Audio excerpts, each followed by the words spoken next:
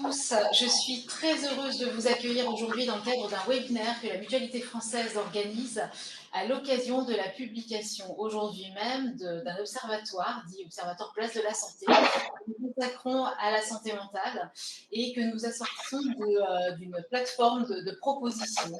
Nous proposons de mettre au débat une contribution que nous espérons utile au débat public. Alors, je suis ravie d'être entourée ce matin de deux intervenants.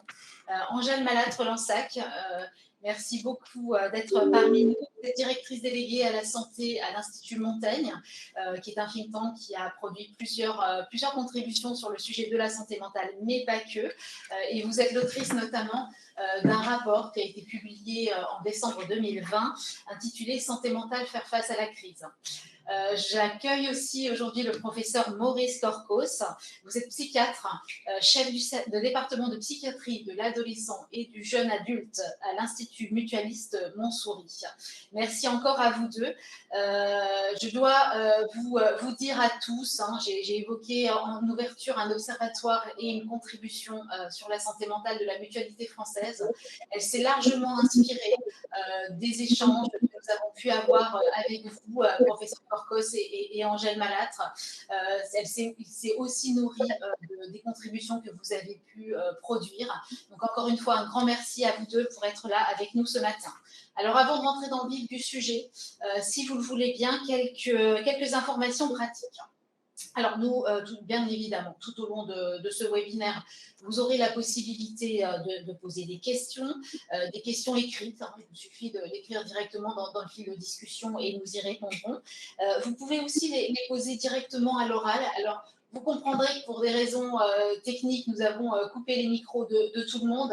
Donc, s'il vous plaît, si vous voulez prendre la parole, il suffit juste de l'écrire. C'est un petit peu contre-intuitif, mais vous écrivez dans le fil de discussion que vous souhaitez poser une question à l'oral et on vous donnera la parole.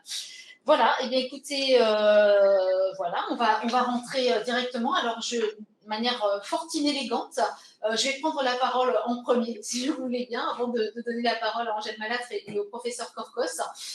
Et je vais vous présenter, je vais prendre une petite dizaine de minutes, je ne vais vraiment pas être longue, en tout cas, je vais m'y efforcer, pour vous présenter le résultat des travaux de la Mutualité française.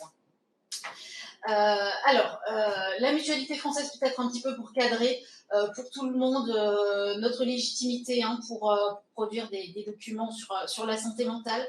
Alors, voilà, on est investi de longue date, toutes les mutuelles, quelles qu'elles soient, les mutuelles qui dispensent des soins ou qui dispensent des services, les mutuelles qui remboursent des soins de santé également. Nous sommes investis de longue date. Nous avons aussi des unions régionales qui sont en pointe dans la prévention sur tous ces sujets de santé mentale et des établissements qui sont précurseurs aussi bien dans la prise en charge des soins que la prise en charge financière de prestations. On le verra tout au long de nos discussions, tout cela s'est accentué, enfin, les sujets de santé mentale sont accentués avec la crise. C'est l'une des raisons qui nous a amenés Mutuelle à proposer et à décider de prendre en charge les psychothérapies pour l'année 2021. Donc à raison d'au minimum 4 séances de psychologues sur l'année 2021. Et puis nous avons considéré qu'il était nécessaire que nous proposions une contribution aux assises de la psychiatrie et de la santé mentale. Alors on a une enquête ARIS Interactive qui nous dit que 6 Français sur 10, je dirais même 75% chez les plus âgés, considèrent que le gouvernement prend mal en compte les enjeux liés à la santé mentale. C'est même bien plus chez les professionnels du secteur. Donc, il y a une vraie attente des Français vis-à-vis de ces assises de la psychiatrie et de la santé mentale sur toute la chaîne. Depuis le dépistage, en passant par le diagnostic et jusqu'au tarif des soins, de vraies attentes des Français vis-à-vis du gouvernement. Et c'est pourquoi nous n'avons pas voulu attendre ces assises qui ont été reprogrammées, vous le savez, en septembre, pour publier notre contribution et pour apporter donc des éléments utiles au débat et aider aussi, pourquoi pas, le gouvernement à mieux préparer ces assises. Alors, vous voyez, donc là, ce sont les deux couvertures de deux documents, l'observatoire et la contribution. Je vais passer rapidement. Alors, quels sont, en 4-5 grands constats, si vous voulez bien, et quelles sont les propositions que nous formulons. Alors, premier constat, nous avons une très faible culture de la santé publique d'une manière générale en France, mais aussi de la santé mentale. Alors, on a la première conséquence, c'est que nous avons en France une consommation élevée, toujours élevée, de substances addictives, de substances psychoactives. C'est vrai pour l'alcool. Il est largement au-dessus de la moyenne européenne. Un Français, en moyenne, va consommer 130 litres de vin par an. C'est plutôt 100 litres pour ses voisins européens. C'est vrai pour le cannabis, en particulier chez les adolescents, les jeunes adultes. On a 22% des adolescents qui consomment régulièrement du cannabis. C'est vrai aussi pour les psychotropes, on y reviendra un petit peu plus tard. Et puis, nous avons l'un des taux de suicide les plus élevés en Europe, 13,2 suicides pour 100 000 habitants. C'est 24 décès par suicide par jour en France. C'est un chiffre que moi je trouve assez frappant. Et je dirais même, on a une augmentation des gestes suicidaires chez les plus jeunes. On a un retour là, des services d'urgence et des services hospitaliers qui nous disent qu'il y a une augmentation des hospitalisations des moins de 15 ans pour des gestes suicidaires. Donc des moins de 15 ans, on parle bien des enfants ici. Alors, notre proposition principale sur ce sujet, c'est de déstigmatiser les troubles mentaux et de développer une vision positive de la santé mentale. Alors, on doit aider tout le monde, toutes les populations, à renforcer leurs compétences psychosociales. On doit aider les populations à identifier les signes de mal-être, à être attentifs aux autres, pour soi-même bien sûr, mais aussi aux autres. Et puis, on doit expliquer les rôles et les qualifications des différents intervenants autour de ces problématiques de santé mentale. L'enjeu fondamental ici, qu'on recherche, c'est détecter, c'est prévenir dès les premiers signes, avant que la maladie ne s'installe et avant même qu'elle ne survienne, et puis surtout qu'elle ne s'installe et qu'elle ne devienne chronique. L'entourage ici, il est primordial, quel qu'il soit, l'entourage familial, l'entourage professionnel, l'entourage scolaire. Et c'est aussi pour nous l'un des premiers facteurs pour éviter la pénalisation et favoriser l'inclusion de toutes les personnes, quel que soit le trouble dont elles peuvent être amenées à souffrir. Toujours sur ce sujet de la culture de la santé mentale, on a une conséquence directe de cette prévalence des troubles de la santé mentale. On a une espérance de vie qui est drastiquement réduite dès lors qu'on souffre d'un trouble mental. 16 ans chez les hommes, 13 ans chez les femmes. Bien sûr, c'est très variable selon l'intensité du trouble, mais on voit bien qu'on a une perte de chance qui est faramineuse. Et puis, on a aussi, je l'ai dit tout à l'heure, un doublement de la prévalence des troubles mentaux. C'est vrai pour les états dépressifs, c'est vrai pour des choses peut-être moins graves, hein, les troubles du sommeil, mais qui sont des signes avant-coureurs. On a presque 100% des médecins et des psychologues qui nous disent avoir vu, sur la dernière année, une augmentation des consultations pour des sujets liés, par exemple, à une anxiété, un isolement social. Et donc, nos propositions ici, c'est sur l'organisation d'un dépistage précoce dans le cadre du parcours de santé des enfants et des adolescents en particulier. On se propose en fait de renforcer la mission de détection qui est confiée au service de médecine préventive. Alors là, on parle de la médecine à l'école, à l'université, en entreprise, et de promotion de cette santé mentale au sein des services de médecine préventive. Alors bien sûr, hein, ces services, on le sait, ils sont largement sinistrés. Ils ne sont pas très attractifs pour les étudiants en santé. Donc il faut vraiment qu'on valorise à la source, j'ai envie de dire, ces services de médecine préventive. Et puis, deuxième proposition, qui est assez large, hein, c'est renforcer les compétences psychosociales, développer des programmes de formation. C'est particulièrement vrai pour les parents notamment, hein, et ça va leur être utile tout au long de leur vie, tout au long de la relation qu'ils auront avec leur enfant. C'est vrai aussi auprès de tous les professionnels qui vont intervenir auprès des enfants et des adolescents. Donc ça c'est pour la culture de la santé mentale. S'agissant de l'accès aux soins, ce qu'on observe dans notre observatoire, c'est que nous avons des inégalités persistantes d'accès aux soins. Alors, on a une prise. Alors, en France, on ne manque pas nécessairement de psychiatres, on ne manque pas nécessairement de psychologues, ils sont juste assez mal répartis. Et par ailleurs, on peut avoir une concentration de médecins qui pratiquent des dépassements honoraires dans certains départements. Et du coup, l'une des conséquences, c'est qu'on a une prise en charge qui est tardive, parce qu'on peut avoir des sujets de file d'attente. On a une prise en charge qui est souvent trop médicamenteuse, parce qu'on va aller voir son médecin généraliste, qui peut être un peu démuni. Et puis, on a une prise en charge qui est inadaptée.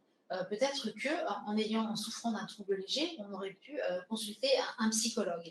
Et 6 médecins généralistes sur 10 nous disent qu'ils prennent en charge eux-mêmes le suivi des patients. Donc on voit bien que c'est peut-être pas lui, même si c'est lui qui doit être le point d'entrée, c'est peut-être pas lui qui devrait être chargé de l'orientation et du suivi. Et ce suivi, voilà, c'est écrit aussi, hein, c'est largement endossé par le médecin généraliste, là où on estime entre 40 et 60% des personnes qui ne sont pas prises en charge par un psychologue. Alors nos propositions, c'est mieux organiser la prise en charge, c'est intégrer aussi, reconnaître les psychologues dans le parcours de santé, dans le parcours de santé mentale. Un premier levier, c'est favoriser l'émergence de nouveaux métiers, c'est soutenir le développement en nombre d'infirmières en pratique avancée en santé mentale. C'est développer aussi des protocoles de coopération entre professionnels. Ce qu'on propose aussi, c'est d'organiser une gradation des soins, c'est-à-dire les Français nous disent majoritairement, ils préfèrent aller voir leur médecin généraliste, très bien. Alors, outillons le médecin généraliste, laissons-lui la possibilité de bien analyser la nature et la sévérité du trouble, et puis aussi d'organiser une prise en charge globale, parce qu'on a souvent des troubles somatiques qui sont associés aux troubles psychiques. Donc, laissons le médecin généraliste faire une première analyse, et puis ensuite orienter selon le degré de sévérité du trouble, soit vers un psychologue, soit vers une infirmière de pratique avancée, soit vers un psychiatre. Il est tout à fait en mesure, s'il est bien formé, s'il a le temps aussi de le faire, d'organiser cette prise en charge. Je propose aussi, parce que ça c'est pour nous une mesure de prévention secondaire ou tertiaire très importante, c'est encourager le développement des résidences accueil. Alors les résidences accueil, c'est quoi? C'est pour la sortie d'hospitalisation. Ce sont ce qu'on appelle des maisons relais, où on sait bien quand on sort d'hospitalisation, on a parfois un traitement lourd, parfois un traitement complexe, c'est compliqué de l'observer, et la bonne observance du traitement, c'est la meilleure solution pour guérir. Or, quand on se retrouve seul, on peut avoir du mal à observer ce traitement. On peut être bien entouré, mais l'entourage peut être aussi très démuni. Donc nous, ce que nous proposons, ce sont des résidences accueil, c'est-à-dire un tampon entre l'hôpital et le logement. Ce sont des logements intimes avec un accompagnement sanitaire, un accompagnement social, des espaces de vie collectifs. Et l'idée ici, c'est de restaurer le lien social, dont on sait que c'est l'un des premiers facteurs de réinsertion ensuite, ou d'insertion dans la vie sociale. Et puis bien sûr, un accompagnement et une prise en charge particulière pour les personnes en situation de grande précarité sociale. On pense bien sûr au sans domicile fixe. Ici, on ne parle pas nécessairement de grande précarité, mais on pense aussi aux personnes qui ont été détenues à la sortie de leur détention, mais aussi durant la détention, puisqu'on sait qu'il y a une consommation de psychotropes très très importante en prison. Et puis enfin, donc, un autre constat de notre observatoire, c'est le coût élevé des soins et les barrières financières qui subsistent dans notre pays.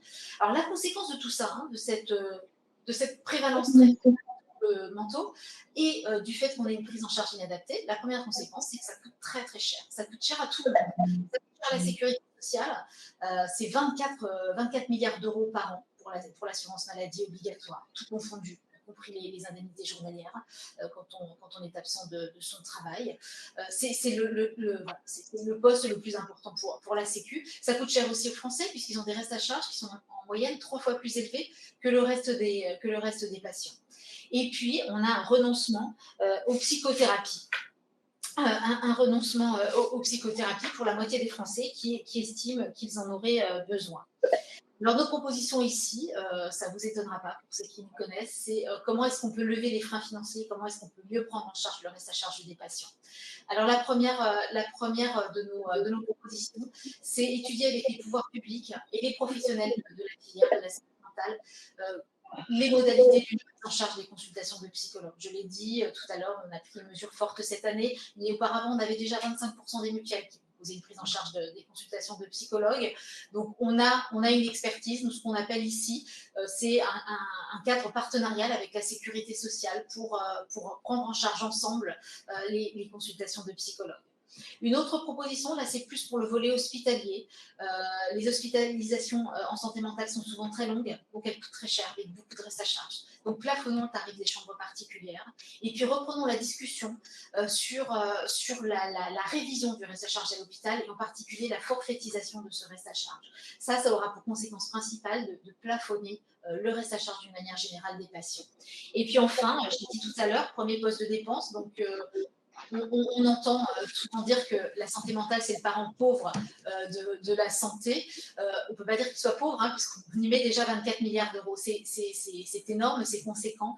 Alors, essayons de mieux utiliser ces dépenses, orientons-les vers la transformation de l'offre, vers la transformation des modes de prise en charge, et puis surtout en mettant l'accent sur la prévention. Voilà, j'en ai fini pour cette présentation. J'aurais encore plein d'autres choses à vous dire. J'aurais plein d'exemples mutualistes aussi à vous présenter si j'en avais eu plus de temps. Mais là, je vais commencer à être impolie. Donc, je propose à Angèle Malâtre, si vous le voulez bien, Angèle, de réagir à ce que je viens de dire. Merci beaucoup Séverine. Merci beaucoup pour cette présentation et pour cette invitation. Et je vous prie par avance de m'excuser parce que je devrais vous quitter un petit peu avant la fin.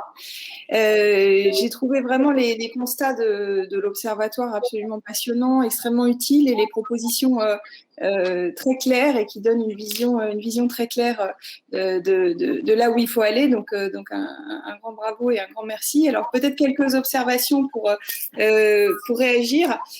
Déjà, les chiffres que vous citez sont tout à fait éloquents.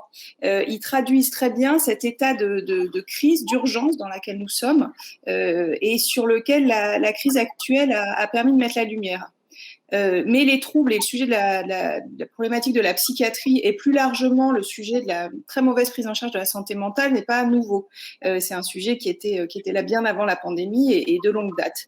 Et depuis des années, les patients et leurs proches ne reçoivent pas la prise en charge dont ils ont besoin pour répondre à leurs souffrances psychiques, et ça, c'est un fait que vous mettez bien en avant.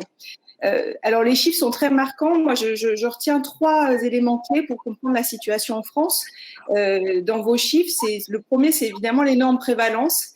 20% de la population touchée, les taux de suicide extrêmement élevés, la consommation d'alcool, de toxiques très forte, et ce, dès des âges assez jeunes.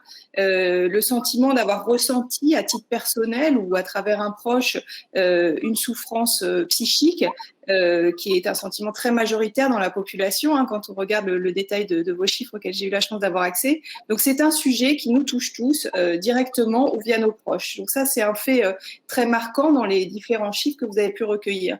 Le deuxième point, c'est, vous le soulignez à l'instant, c'est l'importance des dépenses sur le sujet. Premier poste de dépenses de l'assurance maladie, mais aussi, là, c'est l'OCDE qui vient de publier ça il y a quelques jours. La santé mentale coûte, entre guillemets, plus de 4% du PIB dans notre pays. Donc, c'est une bonne chose. Comme vous disiez, on y investit beaucoup, mais clairement, les résultats ne sont pas là. Et ça, c'est le troisième constat qui m'a semblé important dans votre observatoire, c'est celui des inégalités.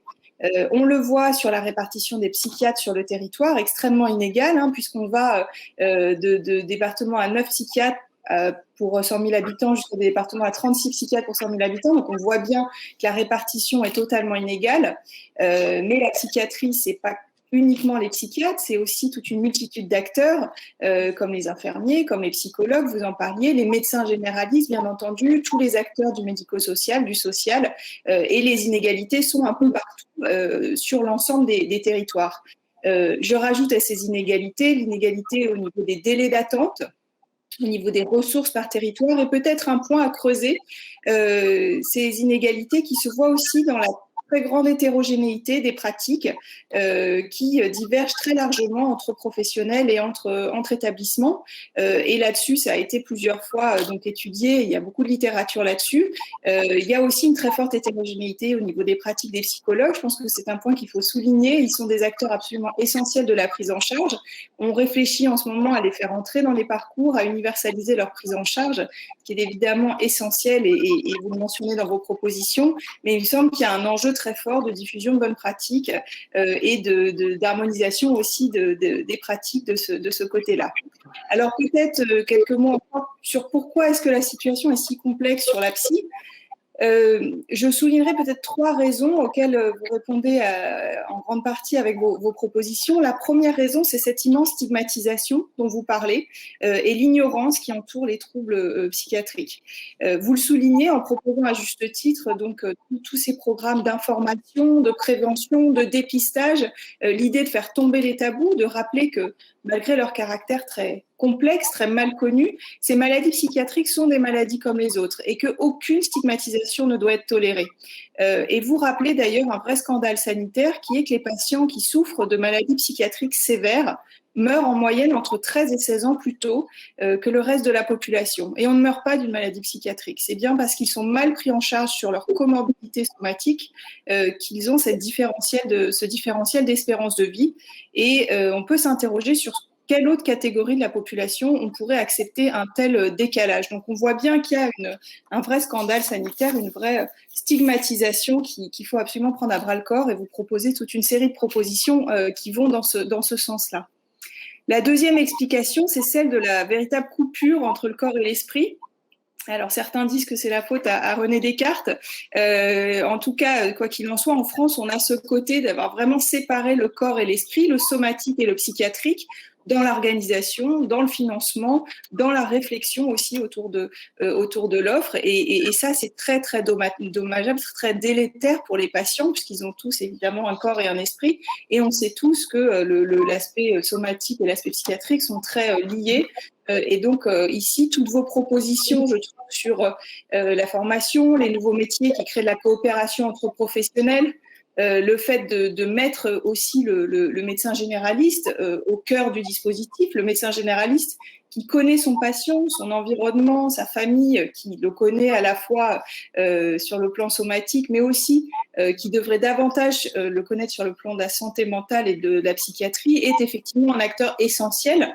Et il doit effectivement être mieux équipé, mieux outillé, probablement mieux formé, mais surtout augmenter dans les ressources qu'il a pour prendre en charge la partie psychiatrique, puisqu'il peut prendre en charge, on le sait, il y a beaucoup de littérature là-dessus, il peut prendre en charge près de 80% des troubles, tout ce qu'on appelle les troubles légers à modérés, mais là-dessus, il lui faut un infirmier à ses côtés, il lui faut du lien avec la psychiatrie, il lui faut aussi un accès à des psychologues, avec du coup une approche beaucoup plus systématique. Et donc, le médecin généraliste peut être vraiment un levier très très fort de la réforme de l'offre dont vous parlez, de cette gradation des soins, et donc il faut absolument pouvoir l'équiper comme vous le proposez.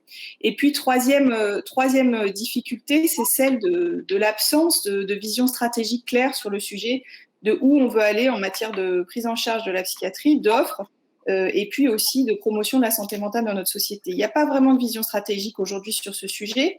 On a une situation assez confuse en ce moment, je crois que vous l'avez dit pudiquement, mais il faut le dire clairement, sur les psychologues, on a beaucoup de dispositifs de remboursement qui deviennent un peu confus, qui sont parfois un peu en concurrence. On a un très faible investissement sur la recherche en psychiatrie. On a le sujet de l'harmonisation des pratiques. Donc, moi, je proposerais aussi, pourquoi pas, de prendre exemple sur la cancérologie et sur l'INCa. En tant que spécialité, la psychiatrie peut s'apparenter aussi à la cancéro. Toutes les deux, elles soignent des patients très complexes, avec des troubles qui évoluent de façon très chronique, qui ont des impacts très forts sur la vie des patients et de leurs proches. Et quand on se replace dans les années 90, les patients atteints de cancer, les cancéreux, comme on disait à l'époque, étaient extrêmement stigmatisés.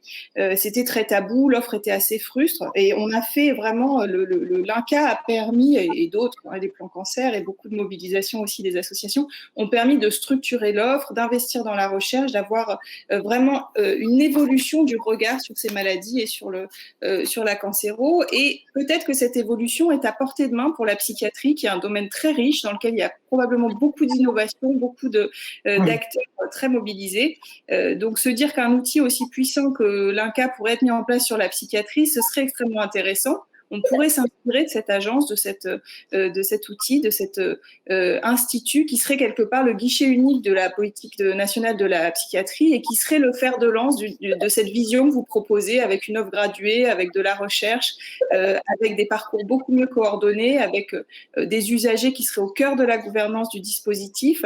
Donc voilà, il y a vraiment peut-être quelque chose à créer autour de ça pour donner un coup d'envoi très fort sur la question de la psychiatrie et apporter une vision très forte. Donc voilà quelques réactions, suggestions. Encore bravo donc, pour cet observatoire et pour toutes ces propositions extrêmement pertinentes.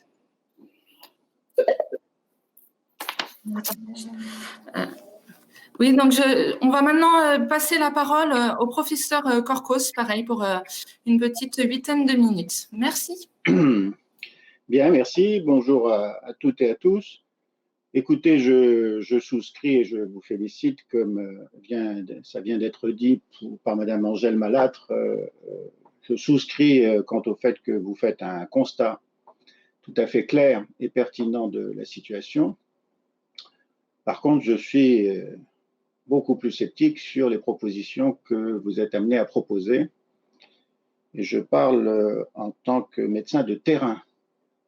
Et j'aimerais beaucoup qu'on donne beaucoup la parole aux médecins de terrain pour qu'ils puissent vous dire ce qui se passe ici et pour vous dire que ce que vous préconisez, pour ce qui est d'un certain nombre de choses, peuvent apparaître des vœux pieux, quoi.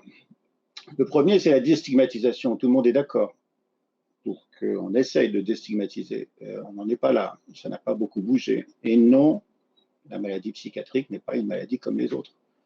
J'entends bien ce que ça veut dire, ce slogan, mais quand vous aurez réussi à faire en sorte que l'ensemble de la population puisse ne plus craindre les ordres, l'effroi, la terreur, le chaos, la libération pulsionnelle, c'est ça la maladie mentale dans l'esprit des gens. Et ça l'est en partie. Ils ne savent pas d'où ça vient ni comment ça peut être contenu. Mais les visions d'effroi, de chaos, de terreur, de libération pulsionnelle, avant que ça puisse être amendé et permettre aux gens de mieux cerner l'humanité qu'il y a dans ce désordre, je vous assure qu'on n'est pas encore rendu. Et quand un certain nombre de politiques récents ont stigmatisé la maladie mentale, y compris dans les hôpitaux psychiatriques, en insistant pour dire qu'il fallait protéger la population, etc., je peux vous dire que ça a un impact considérable pour dévaloriser la spécialité, pour rendre amers ceux qui s'en occupent et pour ne pas aider la population à comprendre que la dangerosité, la violence, ce n'est pas la maladie mentale, loin de là, et que les malades mentaux sont beaucoup plus victimes des violences, des maltraitances qu'ils n'en commettent. Donc sur la déstigmatisation, nous sommes d'accord. Comment faire? Il va falloir des heures et des heures pour qu'on échange pour essayer de changer le logiciel, si on veut être neuroanatomique de la population, ou surtout les modalités affectives de rencontre avec la folie. Pour ce qui est de nos amis médecins généralistes omnipraticiens, croyez bien qu'on y a pensé. Et nous avons ici à l'IMM, comme dans d'autres services, un réseau de médecins généralistes avec qui on travaille, puisqu'on n'a pas de psychiatre à l'extérieur, où ils sont tous pleins, où l'ensemble des secteurs sont pleins, où les délais d'attente sont pleins. Donc, évidemment qu'on travaille avec nos amis médecins généralistes. Mais, alors que je loue leur travail de tous les jours, je vous le dis et je caricature, ils ne sont pas formés. Et même pour un certain nombre d'entre eux, ils ne sont pas intéressés. Ne croyez pas qu'ils ont fait médecine générale pour faire psychiatrie. Vous savez ce qui se passe actuellement dans le choix de la spécialité psychiatrie, ça y est, elle est passée en dernier, et de très loin. Et les médecins ont choisi médecin généraliste, ce qui était moins valorisé, avant la spécialité psychiatrie. Donc, il va falloir trouver ceux qui sont intéressés, et il y en a bien sûr. Il va falloir les former, et pas les former avec des formations payées par les laboratoires pharmaceutiques. Non, il va falloir payer des formations qui soient générales et multidisciplinaires et transdisciplinaires, et ça va demander un certain temps. Oui, alors un cabinet, je n'ai pas compris ce que ça voulait dire, l'infirmier qui est à côté et qui aide le médecin généraliste. Alors vraiment, ça, je n'ai pas compris. Ça me rappelle l'infirmier qui est à côté du pédiatre et qui déshabille l'enfant et qui le réhabille, comme ça le pédiatre peut courir à droite à gauche. L'infirmier, il va falloir qu'il soit formé. Or, vous savez qu'il n'y a plus de formation aux infirmiers à la psychiatrie. Vous savez qu'ici, on manque d'infirmiers, ici et ailleurs, et que les infirmiers que nous avons, qui sont très bien, qui sont jeunes, qui sont diplômés, qui sont de très bons techniciens, n'ont jamais rencontré la psychiatrie, la maladie mentale. Donc, il va falloir les former parce que dans un cabinet de médecins généralistes, avec le médecin et l'infirmier face à la maladie psychiatrique, ça ne va pas être forcément plus simple. Ça risque même d'être beaucoup plus compliqué. Donc, il va falloir du temps. Vous savez, ça a été dit que si les médecins généralistes prescrivent des médicaments, si ceux-ci sont plus ou moins bien prescrits, si ceux-ci sont à l'origine des pathologies suicidaires, ben c'est parce qu'ils ont 15 minutes, et c'est parce qu'ils ne parlent pas à leurs patients, c'est parce qu'au bout de 27 secondes, ils arrêtent le patient pour qu'il arrête de raconter son histoire, c'est parce qu'ils n'ont pas le temps, parce qu'ils ne sont pas valorisés, parce qu'ils ne sont pas payés. Donc, c'est ça qu'il va falloir changer avant de dire qu'il suffit de mettre la plateforme de première visée avec les médecins généralistes. Ça ne suffira pas. Les psychologues, bon, j'enseigne moi à la faculté de psycho, les psychos, on n'en manque pas, ça c'est clair. Ici, je vous donne moi je parle du terrain, donc qu'est-ce qui se passe ici? On y a pensé aux psychologues. On a pensé que vu qu'on n'a pas assez de médecins, il fallait que les psychologues voient les troubles modérés. Ça n'existe pas, les troubles modérés. Les troubles mineurs, on ne sait pas ce que c'est quand ça arrive. En tout cas, moi, ici, après avoir fait tous les essais, les psychologues ne voient les patients et ne les suivent seuls qu'après qu'un médecin ait évalué ce qui sous-tendait l'agressivité, l'anxiété, la dépression, la violence. Ce n'est pas le comportement qui va dire que c'est modéré ou pas. Un trouble du sommeil, ça peut être une dépression gravissime. Les signes d'appel ne sont pas déterminants quant à savoir si c'est modéré ou pas. Et oui, la plupart du temps ici, les patients, quand ils sont suivis par une psychologue, sont suivis en thérapie bifocale. C'est-à-dire que la psychologue a toujours la possibilité de recourir au médecin lorsqu'une prescription médicamenteuse est nécessaire, lorsqu'une hospitalisation est nécessaire, lorsque le travail des parents avec les parents est nécessaire, lorsque l'assistante sociale doit trouver une solution scolaire, etc., etc. Donc la psychologue, elle fait la psychothérapie, il faut lui aménager un espace où elle peut accompagner et penser le patient, mais si on ne l'entoure pas, toute seule, elle n'y arrivera pas. Excusez-moi vraiment, mais l'apparentement du cancer et de la psychiatrie, ce n'est pas possible non plus. C'est un déni de ce qu'est l'altérité fondamentale du malade mental. Apparenter la stigmatisation vis-à-vis du cancer et vis-à-vis de la maladie mentale, je ne comprends pas, vraiment, je ne comprends pas. C'est des raccourcis qui n'aboutissent pas à grand-chose. La maladie mentale, c'est, vous l'avez raison, Descartes et Spinoza. C'est l'esprit et le corps. Mais dans le corps, il y a le cœur. Et au cœur de la maladie cérébrale, il y a le cœur, c'est-à-dire il y a l'affect. Et l'affect désorganisé du trouble mental n'a rien à voir avec l'affect désorganisé du cancéreux. Face à la finitude, face à la fin de vie, face à la déception, ça n'a pas grand sens, quoi. C'est un peu trop rapide. Vous sollicitez des recherches en psychiatrie, d'accord.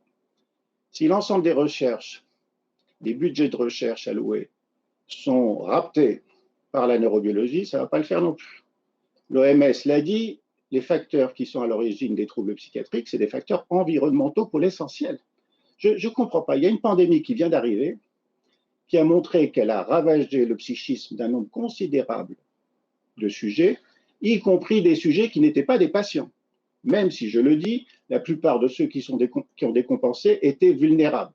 Et le fait qu'il y a eu une injonction à l'isolement, une injonction à régresser à l'intérieur des familles, une absence d'activité de relations sociales à l'extérieur, etc., et que ça les a décompensés parce qu'ils étaient vulnérables, il y a aussi le fait que nous avons reçu tout un tas de monde qui ne souffrait pas d'antécédents psychiatriques, qui n'avait pas d'histoire si particulière. Donc, la pandémie, ce n'est pas une mutation biologique qui a touché la population. Je suis persuadé qu'il y a des chercheurs en neurobiologie qui sont déjà sur le sujet et qui vont montrer qu'il y a une mutation génétique qui a touché l'ensemble de la population. Non, c'est un facteur psychique considérable qui met le sujet face à l'abîme, qui l'immobilise, c'est-à-dire qu'il arrête de faire métro, boulot, dodo, qu'il arrête de gérer, de contrôler l'ensemble de ce qu'il a à contrôler. Et là, l'immobilisation, c'est terrible, c'est parce que ça veut dire qu'il est confronté à la réalité de son monde interne. Il est confronté à ses idéaux. Il est confronté à ce que son enfance lui a promis de faire avec les dons qui étaient les siens. Bref, il fait le constat que plus ou moins ça va. Et à ce moment-là, il se désorganise ou au contraire, il se revitalise. Vous avez vu le nombre alors, y compris de médecins et d'infirmiers qui ont quitté Paris pour changer littéralement de vie. Vous avez vu le nombre d'infirmières qui ont arrêté de faire infirmière parce que la qualité de vie qui était la leur n'est pas leur. Il y a une remise en cause à partir d'un phénomène psychique considérable qui désorganise. Donc, je suis, comme vous, pour continuer à faire des recherches en neurobiologie, et je suis pour allouer des sommes équivalentes pour faire des recherches sur les facteurs environnementaux, c'est-à-dire la maladie psychiatrique des parents, évidemment, c'est-à-dire le modèle sociétal dans lequel on est. Le modèle occidental génère des maladies occidentales. Les pathologies suicidaires, les pathologies addictives, les troubles des conduites alimentaires sont des maladies sociales que vous ne voyez pas dans d'autres pays où le modèle n'est pas le même. Si à la sortie de la pandémie et face à ce que les psychiatres redoutent, vu les sous-effectifs soignants, c'est-à-dire une régression qui aboutirait à des choses qui seraient classification, prescription, hospitalisation, isolement, contention, faute d'effectifs, faute de moyens, et psychotropes. Vous parliez des prisons, l'état des prisons est catastrophique, et ça ne va pas changer parce qu'on dit qu'il est catastrophique et qu'il faut arrêter les psychotropes. Les médecins dans les prisons, ils ne peuvent pas faire autrement que de donner les psychotropes. Il faut faire le constat qu'on ne peut pas faire autrement face au nombre de dépressions considérables, de psychoses considérables, et qui sont liées aux conditions carcérales, y compris si le sujet est vulnérable, très bien, mais si le sujet est vulnérable, qu'est-ce qu'il faut en prison et pourquoi il n'est pas suivi ailleurs? Je suis dans une demande de changement de perspective, de changement de logiciel, si vous voulez, pourquoi pas, mais de changement de perspective éthique, morale, relationnelle, si on veut vraiment avoir un impact. Donc, les recommandations que vous faites sont très pertinentes. Je souhaite qu'elles soient agrémentées d'une plus grande densité, qu'elles ne soient pas des vœux pieux. Merci. Très bien. Eh bien, c'est parfait. Merci beaucoup, professeur Korkos, de cette dernière conclusion qu'on partage complètement. Alors, sauf erreur, je ne vois pas de demande de prise de parole. En revanche, sur le fil de discussion, on commence à avoir pas mal de questions, notamment peut-être avant qu'Angèle Malade des questions qui ont trait au rôle du médecin généraliste. On a plusieurs questions autour de ça et le professeur Maurice Korkos l'a déjà abordé aussi. Oui, le médecin généraliste, on le dit nous aussi, il n'est pas nécessairement bien formé, il n'en a peut-être pas envie, il n'en a pas le temps.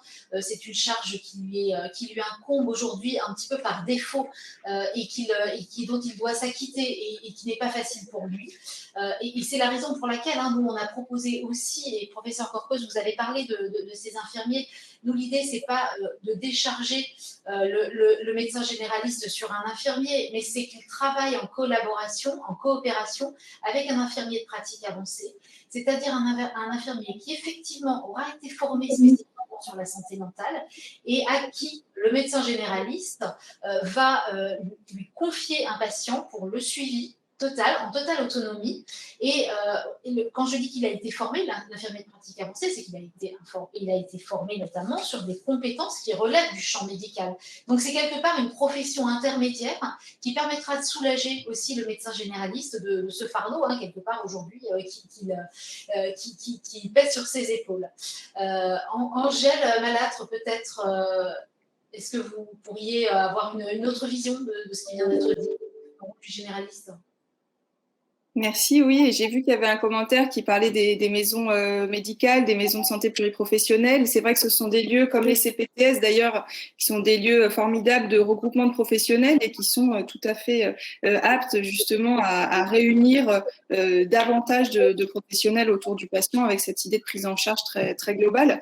Il faut regarder aussi ce que nous dit la science et la littérature là-dessus. Ça fait plus de 20 ans que les modèles qu'on appelle les soins collaboratifs, dans lesquels vous faites travailler beaucoup mieux ensemble les psychiatres, les psychologues, les infirmiers autour des patients, fonctionnent extrêmement bien. Ils sont développés dans beaucoup de pays. Ça émerge tout juste en France. Mais c'est vrai que ce sont des modèles où vous permettez parce que vous l'avez dit tout à fait, c'est très juste, le médecin généraliste, il a entre 12 et 15 minutes par patient, il a très peu de formation, il est formé sur tout, mais du coup, pas forcément de façon très détaillée sur la psychiatrie, il a peu de ressources et surtout, il a très peu de liens avec la psychiatrie, alors peut-être que dans certains lieux, les liens se font, mais c'est vrai qu'en France, moins de 6% des patients en CMP sont adressés par les médecins généralistes, et aujourd'hui, la plupart des médecins généralistes sont bien en peine d'adresser leurs patients au secteur et d'ailleurs comprennent assez peu la complexité de l'offre en psychiatrie, et ils envoient très peu aux psychologues aussi, tout simplement parce que les patients n'ont pas les moyens de payer psychologue. Donc ce modèle qui repose vraiment des soins collaboratifs repose sur une vraie intensité de soins et sur un infirmier coordinateur qui n'est pas là ni pour jouer un rôle de psychiatre ni pour jouer un rôle de psychologue, mais bien pour coordonner les acteurs, créer le lien entre la médecine générale et la psychiatrie, qui encore une fois se parlent très peu, orienter, adresser aussi aux ressources sociales, produire une vraie intensité de soins, vérifier avec le patient que tout se passe bien avec ses traitements, le rappeler régulièrement, etc. Ça permet aussi quelque part de réguler un peu la filière parce qu'il y a toute une partie des troubles qui peuvent, en tout cas c'est ce que nous démontre la littérature depuis plus de 20 ans, qui peuvent être pris en charge de façon très qualitative par le médecin traitant, si tant est qu'il soit équipé, mieux formé, mieux accompagné.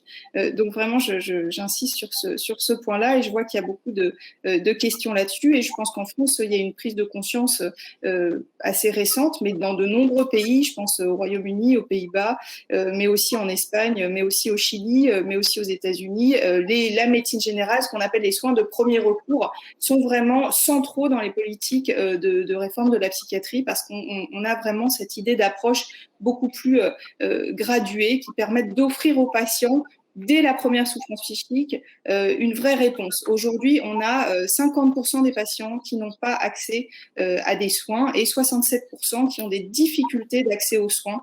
C'est ce que nous dit encore très récemment l'OCDE dans son tout dernier rapport. C'est une réalité quand vous parlez avec des associations de patients qui est très forte. Donc, il faut absolument que cette offre de soins soit plus proche du patient et plus rapide. Donc, voilà quelques observations. On a une question qui s'adresse spécifiquement au professeur Korkos sur une question très contextuelle. Que mettons-nous en place pour les malades à la sortie du Covid et qui rencontrent des difficultés de dépression? Écoutez, je ne suis pas particulièrement bien placé pour vous répondre. Je ne sais pas.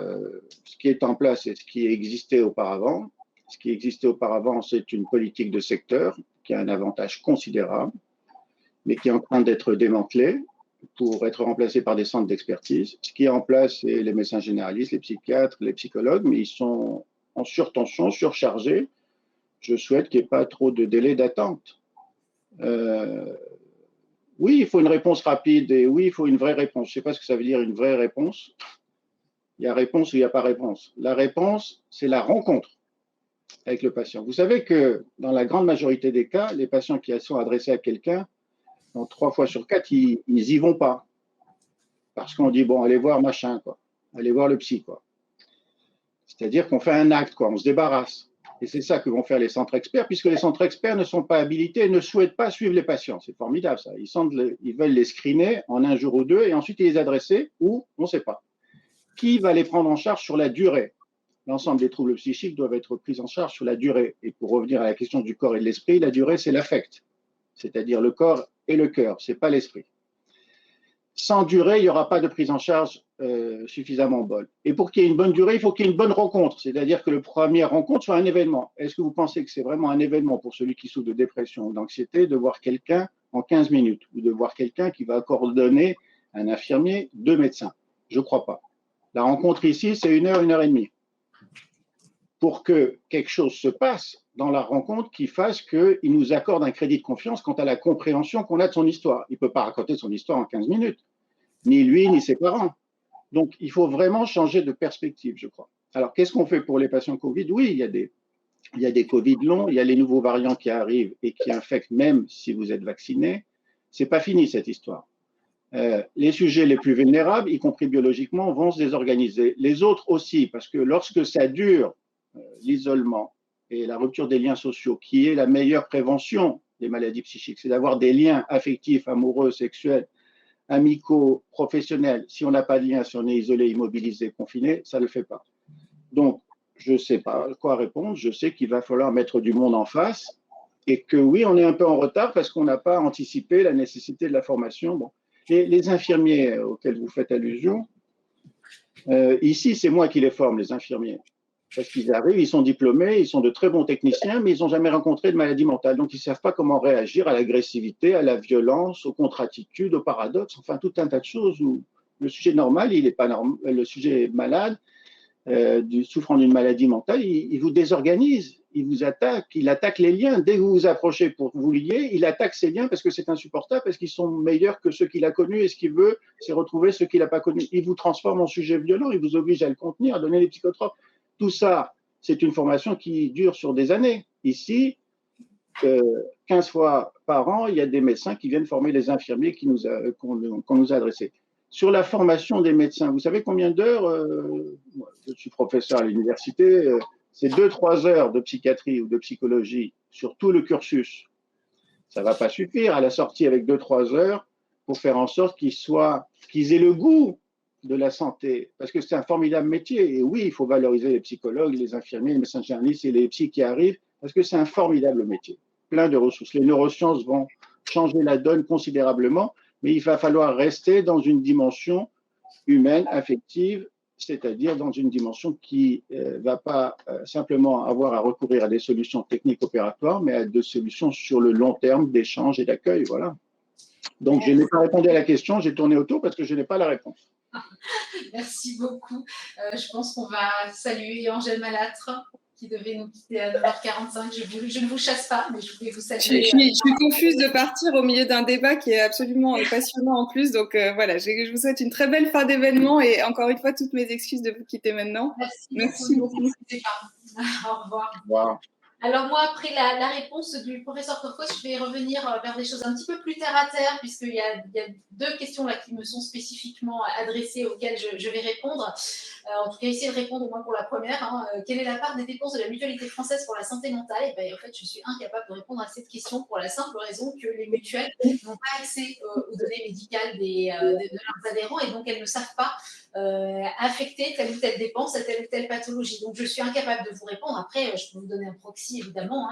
Si c'est le premier poste de dépense de l'assurance maladie obligatoire, quelque chose nous dit que ça doit être un poste de dépense aussi important pour les mutuelles. Mais voilà, un petit peu comme le professeur Corcos, je ne réponds pas à votre question, je tourne autour du pot, mais voilà, veuillez m'en excuser.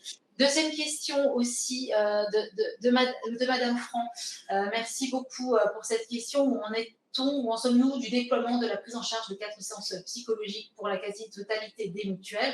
Alors non, on tirera un bilan évidemment à la fin de l'année. Pour l'heure, c'est encore beaucoup trop tôt pour vous répondre. Voilà, c'est en cours de déploiement. Les mutuelles qui ont bien voulu nous faire des remontées nous disent que voilà, c'est très très bien apprécié de leurs adhérents. Il y a un recours à cette garantie, mais pour l'heure, je suis incapable de vous dresser un bilan beaucoup plus précis que celui-ci. Et puis sur des discussions avec les pouvoirs publics sur une prise en charge commune des séances de psychologues, pour l'heure, nous n'avons pas entamé de discussion au sens strict du terme, ça ne saurait tarder. Et en tout cas, pour nous, le meilleur moment, ce sera aussi celui des assises de la psychiatrie en septembre. Alors, il y a beaucoup de questions. Pour l'heure, sauf erreur, je ne pense pas avoir vu de demande de prise de parole. Donc, s'il y en a, surtout dites-le moi. Mais j'avais une question médicale pour le professeur Corcos. Quel type d'accompagnement pour les enfants dont les parents souffrent de troubles psychiques? Alors, c'est une sacrée bonne question.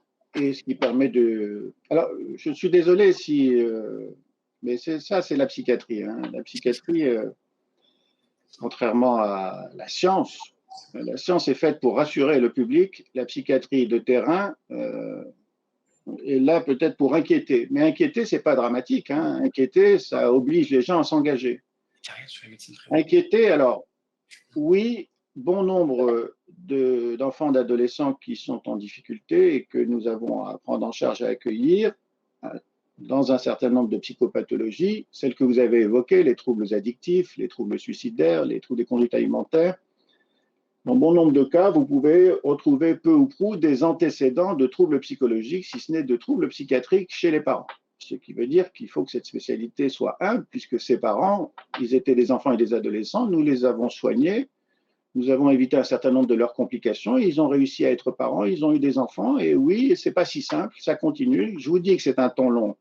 Ça continue, ils ont des enfants et ce n'est pas si simple pour eux parce que les enfants leur font revivre un certain nombre de choses plus ou moins complexes, leur permettent d'être père, d'être mère, c'est-à-dire d'aller beaucoup mieux et de progresser par rapport à leurs troubles, mais ce n'est pas aussi simple que ça. Et si vous avez un antécédent suicidaire chez un des parents, oui, c'est un appel d'air pour un passage à l'acte suicidaire chez l'enfant.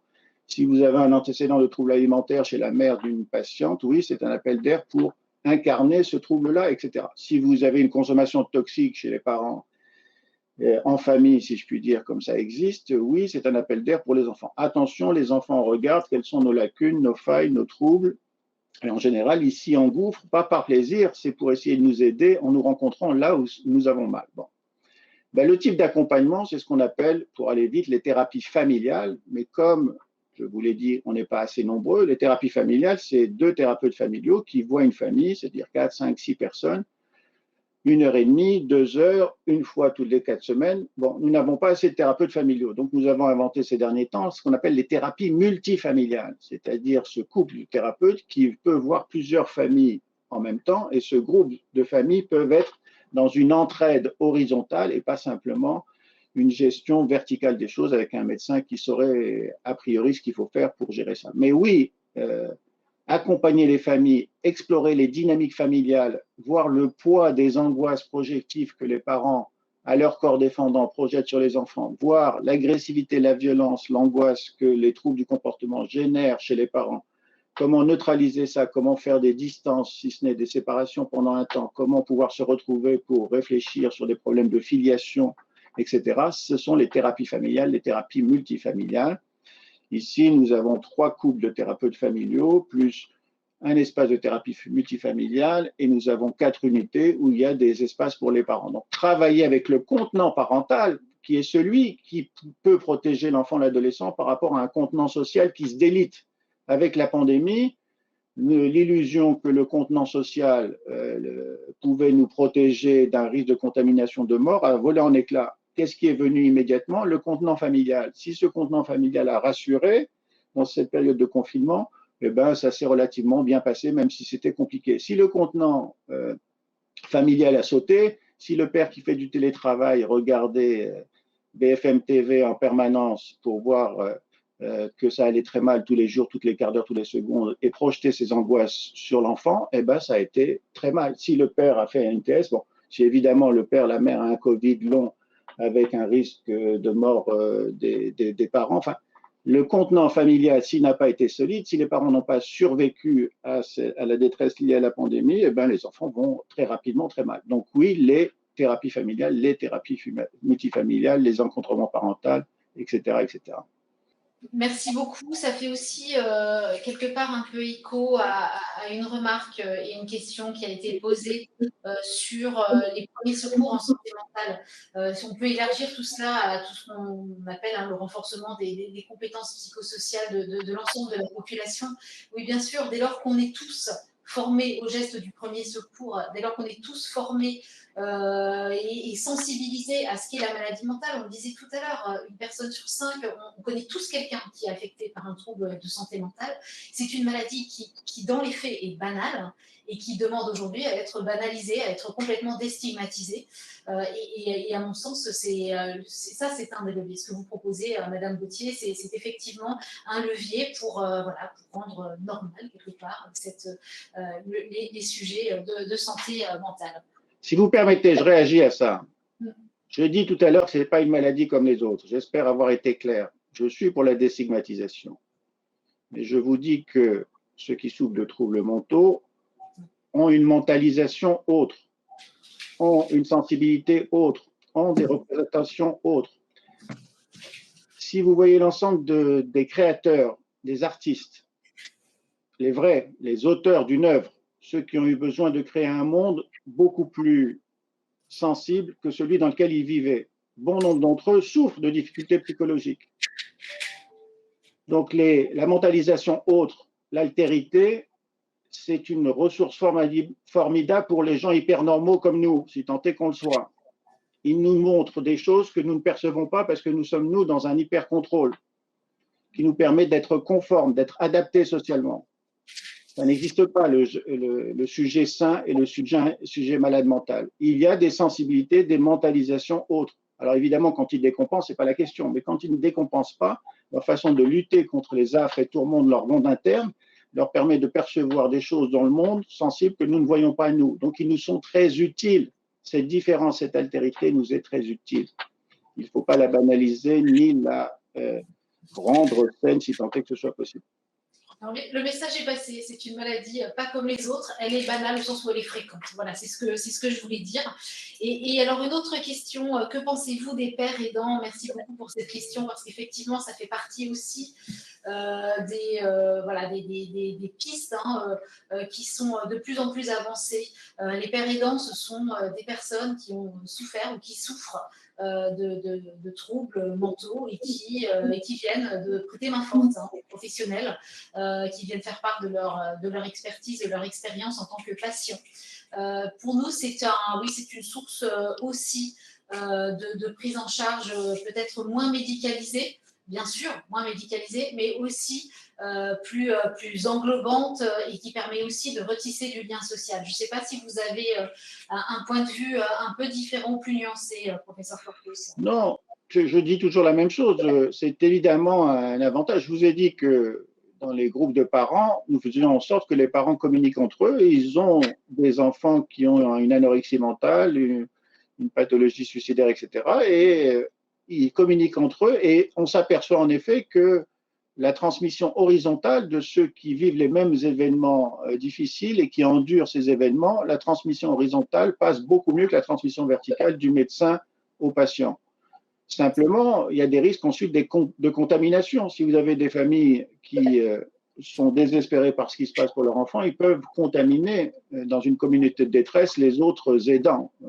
Donc, il faut simplement que ce soit médié par la présence d'un médecin. Ici, les groupes de parents sont médiés par la présence d'un médecin et ce médecin gère une dynamique de groupe où il voit qu'en effet, quelqu'un dit à l'autre, oui, j'ai traversé ça, mais je m'en suis sorti. Comment je m'en suis sorti? Par là, par là. Et l'autre l'écoute beaucoup mieux que s'il écoutait un médecin parce qu'il sent que l'autre a traversé les mêmes épreuves. Mais parfois, il peut l'amener dans des impasses, dans des travers. Et là, c'est l'intervention du médecin. Je veux dire simplement alors, sur cette question-là, ce qui s'est passé là actuellement pour les ados. Oui, la gestion horizontale par les pairs via les réseaux sociaux a fonctionné à plein tube. Oui, ils ont trouvé là une ressource, un recours pour apaiser un certain nombre de tensions qu'ils ne pouvaient pas apaiser au regard des adultes pour tout un tas de raisons complexes. L'adolescent, il n'est pas là pour dire qu'il est fragile, qu'il est vulnérable à des adultes, il est beaucoup trop narcissique, l'adolescent, c'est l'âge du narcissisme, et donc il peut se confier plus facilement à ses copains, à ses pairs, et là, il y a une gestion formidable, horizontale là encore, plutôt que verticale, parce qu'elle est plus simple et plus facilement acceptable. Donc oui pour les aidants, mais encadrés. Très bien, parfait. Donc, oui, pour de la coopération entre toutes les expertises dont on pourrait disposer dans ce pays pour mieux prendre en charge. Alors, on va être obligé de conclure, je suis désolée, il y a beaucoup de questions encore. En particulier, je voulais juste revenir sur, il y a eu plusieurs petites questions, ou interrogations, commentaires sur les données. Je n'ai sourcé aucune donnée dans les slides que j'ai présentées tout à l'heure, mais soyez rassurés, dans l'observatoire, dans la contribution, toutes les données sont sourcées. Ce sont pour l'écrasante majorité des données d'ordre public que vous retrouverez très facilement. Donc, aucun sujet d'ordre méthodologique dans le document que nous publions aujourd'hui. Alors, merci beaucoup à Angèle Manatre qui est partie, au professeur Corcos. Merci à vous tous pour nous avoir suivis pendant cette petite heure et pour toutes vos questions. Je crois que voilà, on a abordé la majorité des sujets, on n'a fait que les esquisser, sur la déstigmatisation, sur les premiers secours, sur le repérage, le dépistage, la détection, c'est des sujets qui sont très importants pour nous. C'est en prévenant mieux la maladie que toute notre société se sentira mieux. Et on espère vraiment que pour les assises de la psychiatrie et de la santé mentale, on sera entendu et on pourra continuer à contribuer utilement au débat. Voilà, je vous remercie et je vous souhaite une bonne journée.